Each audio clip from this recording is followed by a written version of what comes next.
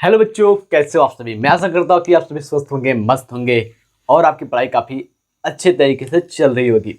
यार बच्चों, आज की इस क्लास में मैं आपको पढ़ाऊंगा किंगडम प्रोटिस्टा का एक अलग ग्रुप जिसका नाम है स्लाइम मोल्ड। बाकी के पिछले 3 ग्रुप को हमने पढ़ लिया था, तीनों ग्रुप में मैंने कंपेरिजन कर लिया था। अगर आप उन तीनों ग्रुप को नहीं पढ़े हैं तो वो तीनों ग्रुप का लिंक आपको डिस्क्रिप्शन बॉक्स में मिल जाएगा, वहां से जाकर के आप उन वीडियो को देख सकते हैं। साथ ही साथ मैंने तीनों का कंपैरिजन कर लिया, यानी कि डिफरेंस बता दिया कि इसमें क्या डिफरेंस है। अब वो तीनों थे आपके क्राइसोफाइटा, डायनोफ्लैजेलेट और यूग्लेनाइड, जो प्लांट के जैसा बिहेव करते थे। अब एक नए ग्रुप के बारे में पढ़ने जा रहे हैं और ये नया ग्रुप जो मेरा दोस्त है ये फंजाई के जैसा बिहेव करता है, यानी कि अपने कैरेक्टर्स को फंजाई के जैसा दर्शाता है। यानी कि हम कह सकते हैं कि ये कवक के साथ अपनी समानता दिखाता है। दूसरी बात, अगर हम बात करते हैं तो इसमें सेलवाल नहीं पाया जाता, इसमें फ्रूटिंग बॉडी बनती है और इस फ्रूटिंग बॉडी से स्पोर निकलते हैं और स्पोर बनने के बाद ढेर सारे गैमीट का फॉर्मेशन होता है और उसी गैमीट से वापस से स्लाइम मोल्ड का विकास हो जाता है। चलिए हम शुरू करते हैं और समझते हैं बारी बारी से एक एक टॉपिक को। क्लास ज्यादा बड़ा नहीं होगा, छोटा होगा, हर कुछ अच्छे से समझ में आएगा। शर्त यह है कि आपको अंत तक सीखना है। चलिए शुरू करते हैं। सबसे पहले अगर हम स्लाइम मोल्ड की सिमिलरिटी की बात करते हैं, यानी कि समानता की बात करते हैं, सिमिलरिटी ना, सिमिलरिटीज की बात कर रहे हैं तो स्लाइम मोल्ड क्या करता है, रिप्रेजेंट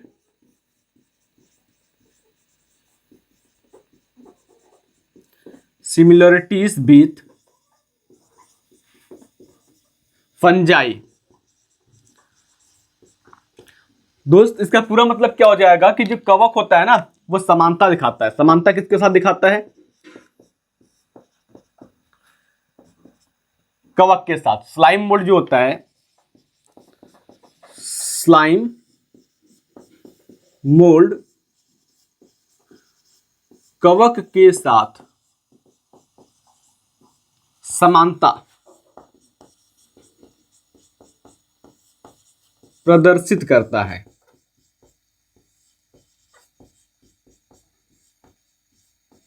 कवक के साथ क्या करता है दोस्त? ये समानता प्रदर्शित करता है, सिमिलरिटी दिखाता है। बात समझ में आई? चलिए आगे की अगर हम पॉइंट की बात करें, इसकी हैबिटाट क्या होती है, यानी कि ये पाया कहां पर जाता है, खाना कैसे खाता है, इन सभी के बारे में बात करते हैं। तो अगर हम दूसरे नंबर पर बेटा बात करते हैं हैबिटाट की,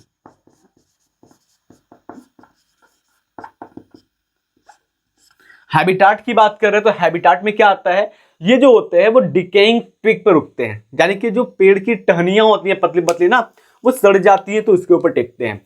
या हम बात कर रहे हैं डेड लीफ, जो सड़े गले पत्ते होते हैं पौधों के, वहां पर ये उगते हैं। तो हुआ ना समानता, फंजाई के जैसा, जहां पर फंजाई उगता है वहीं पर ये भी उगते हैं। ठीक है, चलिए तो हम बात कर लेते हैं कहां पर ये उगते हैं। तो हम बात करते हैं कि they grow on decaying twig,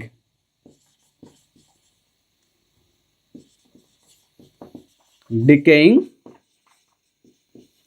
twig, they grow on decaying twig। या फिर कह सकते हैं डेड लीफ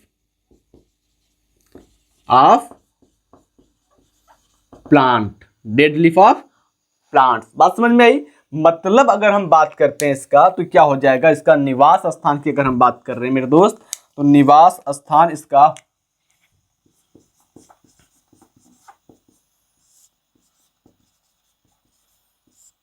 निवास स्थान क्या होता है, तो ये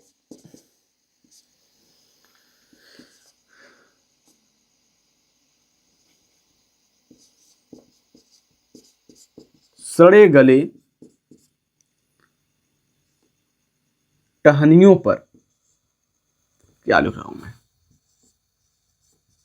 टहनियों पर, या फिर हम बात करते हैं मृत पत्तों पर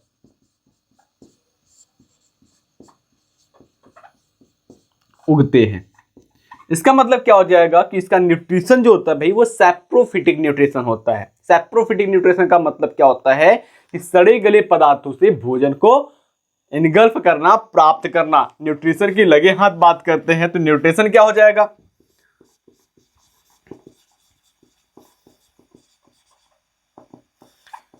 पोषण जिसको कहते हैं। देखो हिंदी और इंग्लिश दोनों की हम बात कर रहे हैं, तो आप दोनों पढ़िए।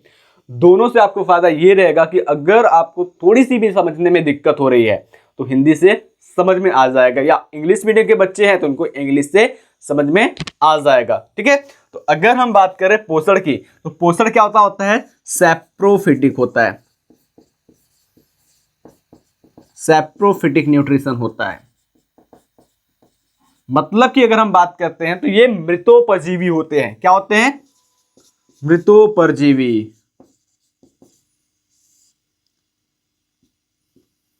ठीक है,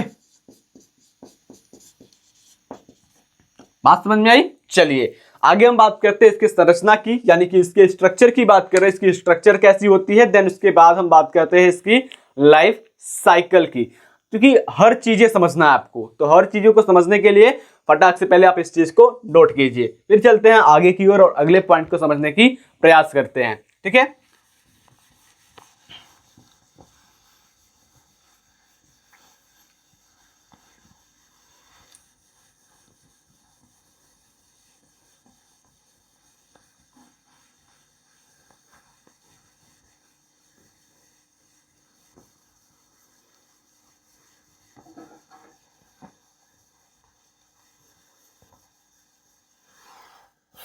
चलिए शुरू करें कहानी आगे की। अगर हम बात करें इसके संरचना की, यानी कि हम बात कर रहे हैं दोस्त स्ट्रक्चर की।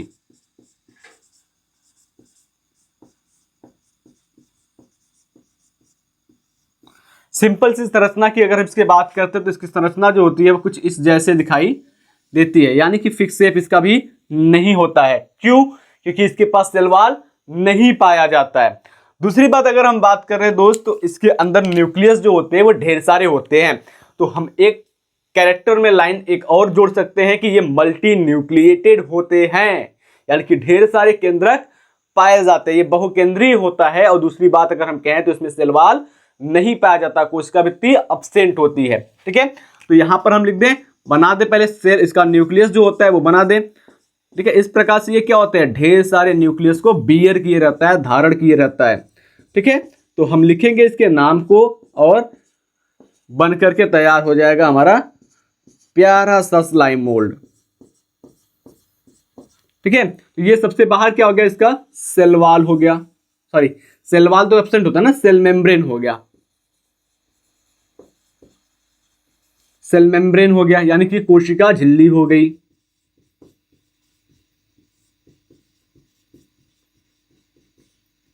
ये कोशिका झिल्ली हो गई। दूसरी बात, यहां अंदर की ओर देखा जाए तो ये क्या हो गया, न्यूक्लियस हो गया। तो न्यूक्लियस का मतलब न्यूक्लियस ढेर सारे हैं, तो न्यूक्लियस क्या होते हैं, मल्टी न्यूक्लिएट होते हैं। ठीक है, या हम कह सकते हैं मल्टी न्यूक्लियस है ना, या फिर हम लिख सकते हैं यहां पर न्यूक्लियस, यानी कि केंद्रक, नीचे लिख दें मल्टी न्यूक्लियस, बहुकेंद्रीय।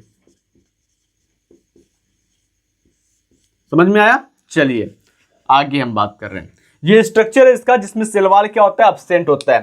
ठीक है, तो इसके स्ट्रक्चर के बेसिस पर अगर हम कैरेक्टर को डिफाइन करना चाहें, यानी कि स्ट्रक्चर के आधार पर, संरचना के आधार पर एक लक्षणों को हम बताना चाहे तो कैसा हो जाएगा।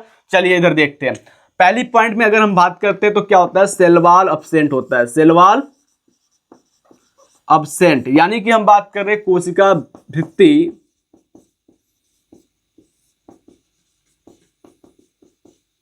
अनुपस्थित होती है।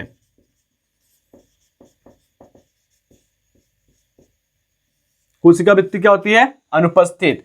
दूसरी पॉइंट की अगर हम बात करें तो उसमें पाया क्या जाता है, सेल मेम्ब्रेन पाया जाता है, cell membrane, cell membrane outermost layer. Cell membrane क्या है इसका, आउटर मोस्ट लेयर है, सबसे बाहरी परत क्या है इसका, सेल मेम्ब्रेन है। समझ में आया। तो हम कह सकते हैं सबसे बाह्य परत क्या है, कोशिका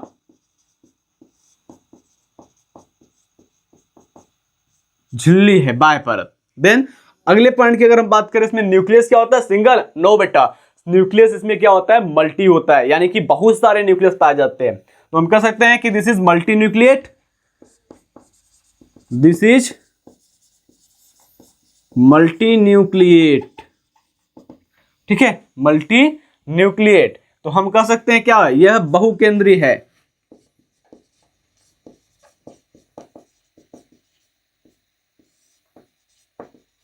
ठीक है, इतने कैरेक्टर को आप इसको लिखोगे। ठीक है, धीरे धीरे आप हर चीजों को लिखोगे, पॉइंट वाइज करके कॉपी सजा कर लिखोगे, तो एग्जामिनर आपका कभी भी नंबर काट ही नहीं सकता। ठीक है, उसको नंबर भी काटने में शर्म आएगी।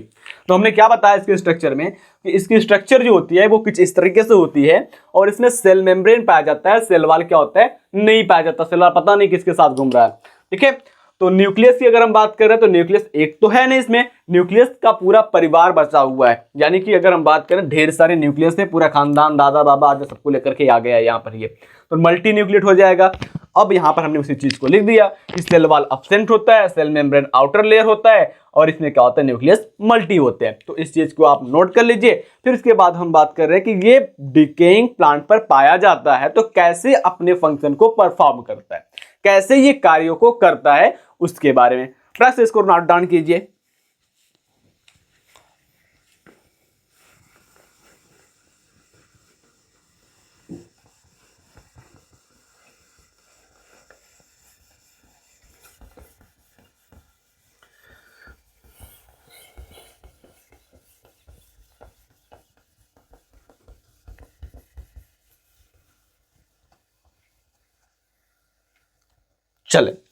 चलिए सबसे पहले अगर हम बात करते हैं तो हमारे पास एक छोटा सा प्यारा सा हो गया स्लाइम मोल्ड, जिसके पास न्यूक्लियस की संख्या क्या है बहुत ज्यादा है, तो ये हो गया मल्टी न्यूक्लिएटेड।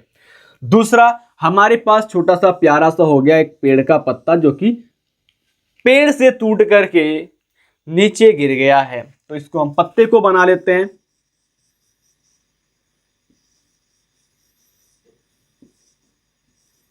ये हमारा प्यारा सा पत्ता हो गया। ठीक है, और ये स्लाइम मोल्ड हो गया। हम लिख सकते हैं ये क्या हो गया, स्लाइम मोल्ड हो गया, और ये क्या हो गया, पत्ता हो गया। यानी कि हम बात कर सकते हैं ये लीफ हो गया, ये लीफ हो गया। अब कहानी क्या होगी कि ये स्लाइम मोल्ड कूदते हुए नाचते हुए बाजे गाजे के साथ आ जाएगा इस पत्ते पर। ठीक है, नाचते कूदते आ जाएगा इस पत्ते पर। तो क्या आगे की प्रोसेस होगी उसको भी देख लेते हैं। ये पत्ता बेचारा आराम से बैठा हुआ था। ठीक है, आराम से पत्ता क्या था, बैठा हुआ था, और इस पत्ते पर ये स्लाइम मोल्ड नाचते गाते क्या हुआ, आकर के चिपक गया। ठीक है, चलो ये स्लाइम मोल्ड भी इस पत्ते पर चिपक गया। ठीक, स्लाइम मोल्ड भी चिपक गया। अब क्या कहानी होगी, इसके न्यूक्लियस को हम बना लेते हैं।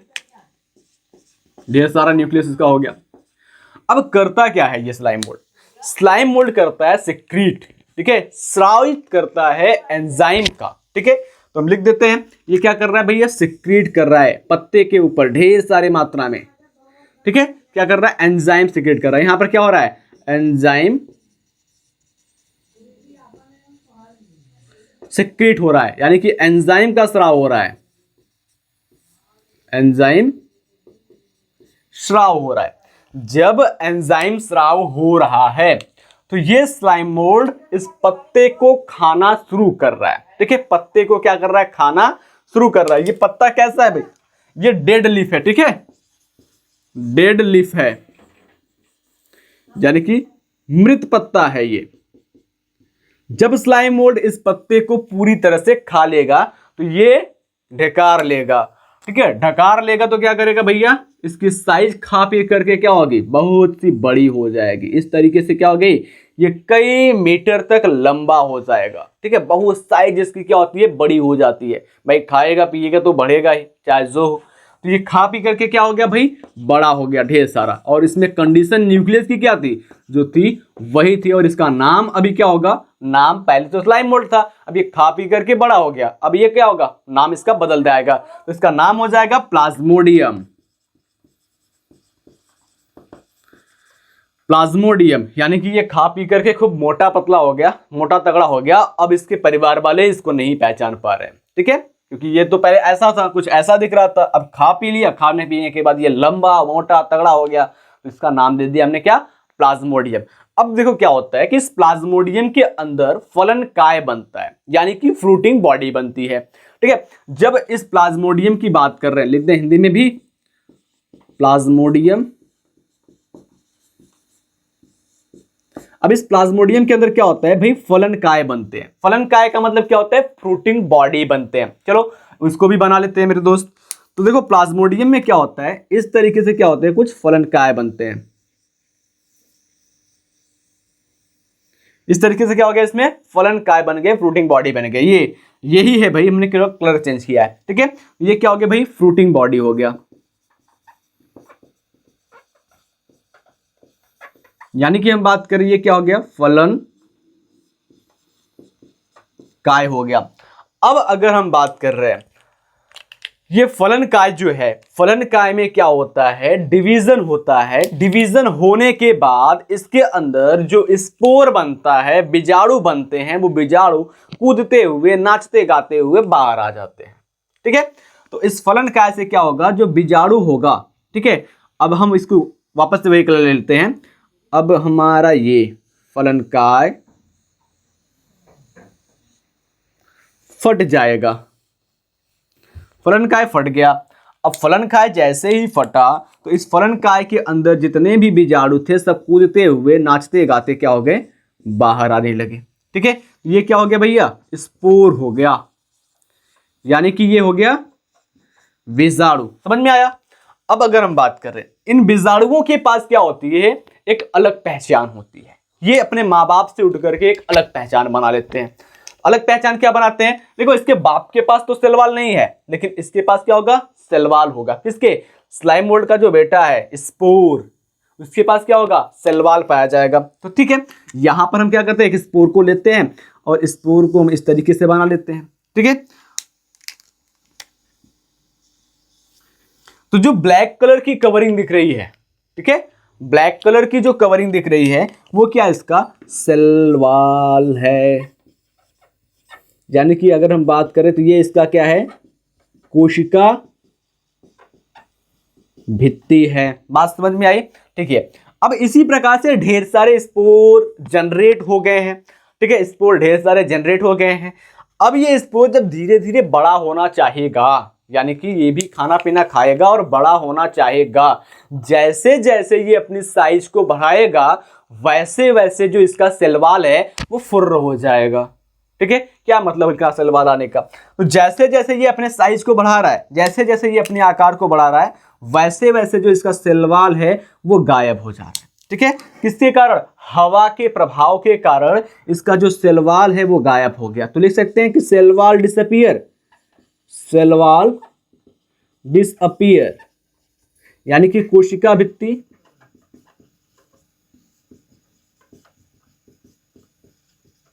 अदृश्य हो गई।